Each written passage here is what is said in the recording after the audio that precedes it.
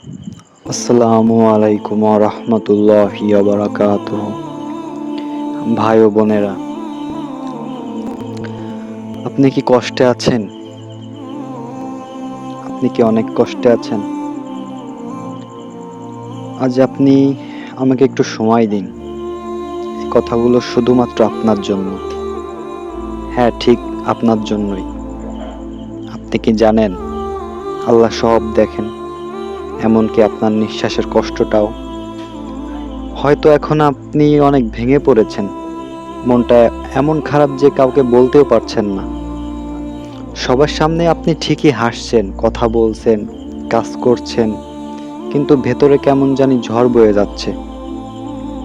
এই অবস্থায় অনেকেই ভাবে, আল্লাহ কি আমাকে দেখছেন না? আল্লাহ কি আমাকে ভুলে গেছেন? আল্লাহ কি আমাকে ভালোবাসেন না? আমি এত কষ্ট পাচ্ছি, তবুও কেন কিছুই বদলায় না? শোনেন ভাই ও বোন, খুব মন দিয়ে শোনেন। রাসূলুল্লাহ সাল্লাল্লাহু আলাইহি ওয়াসাল্লাম বলেছেন, যদি কোনো মুসলিম ব্যক্তি কাঁটাবিদ্ধ হয় কিংবা এর চেয়ে বড় কোনো কষ্টে পতিত হয় এবং সে ধৈর্য ধারণ করে, তাহলে আল্লাহ সেই কষ্টের বিনিময়ে তার গুনাহ মাফ করে দেন। সুবহানাল্লাহ। আপনার প্রতিটা কষ্ট, প্রতিটা অভিমান, প্রতিটা অশ্রু আল্লাহ লিখে রেখেছেন। আপনার ধৈর্য একটা সাদা কাগজে রেকর্ড হচ্ছে। আল্লাহ কখনোই অন্যায় করেন না।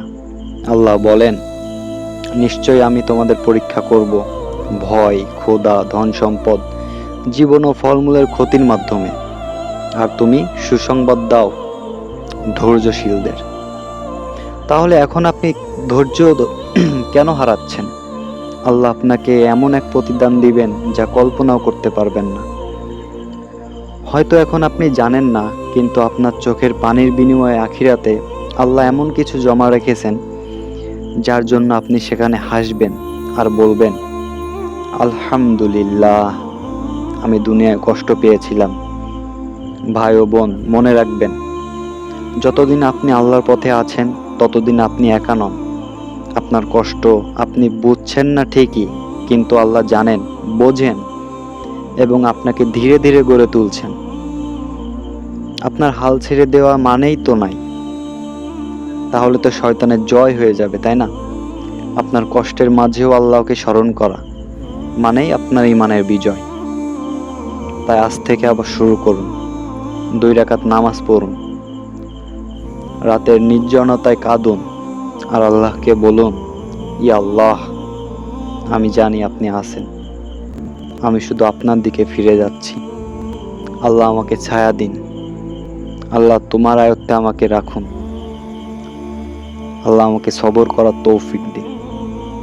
হ্যাঁ ভাই ও বোন, এটাই কথা ছিল, এটাই গুরুত্বপূর্ণ মেসেজ ছিল আপনার জন্য। এই ভিডিওটা যদি আপনার হৃদয় স্পর্শ করে, তাহলে একবার হলেও শেয়ার করুন। হয়তো আর একটা ভাঙা মন আবার জোড়া লাগবে আপনার এই শেয়ারের মাধ্যমে। আল্লাহ আমাদের সবাইকে ধৈর্যশীল বানান, কষ্টে প্রিয় বানান এবং আখিরাতে জান্নাতের মর্যাদা দান করুন। আমিন।